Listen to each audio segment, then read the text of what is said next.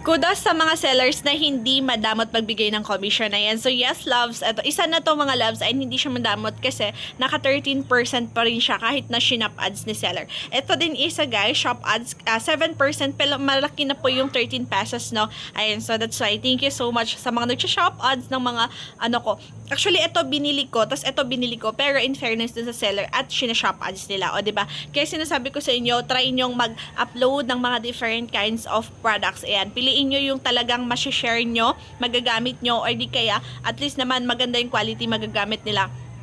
Yan, so for me, inuulit-ulit ko yung mga products na talagang pwede nating magamit mga loves. Ayan, so yung mga hindi ko nagustuhan, once ko lang siya sinishare actually, lalong-lalo na kapag free samples. Ayan, like this, for example, ito, ayan, free sample to actually, pero okay naman siya. Stainless naman siya and then maganda siya talaga. Okay? Ayan. Pero depende pa rin sa mga buyers natin, no? So, yun.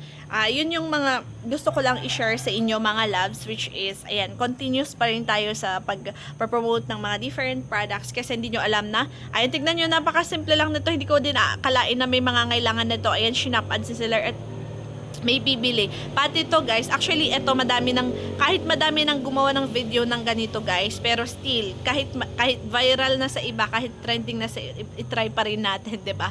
Ayan. So yun lang yung gusto ko i-share today. Thank you sa comment.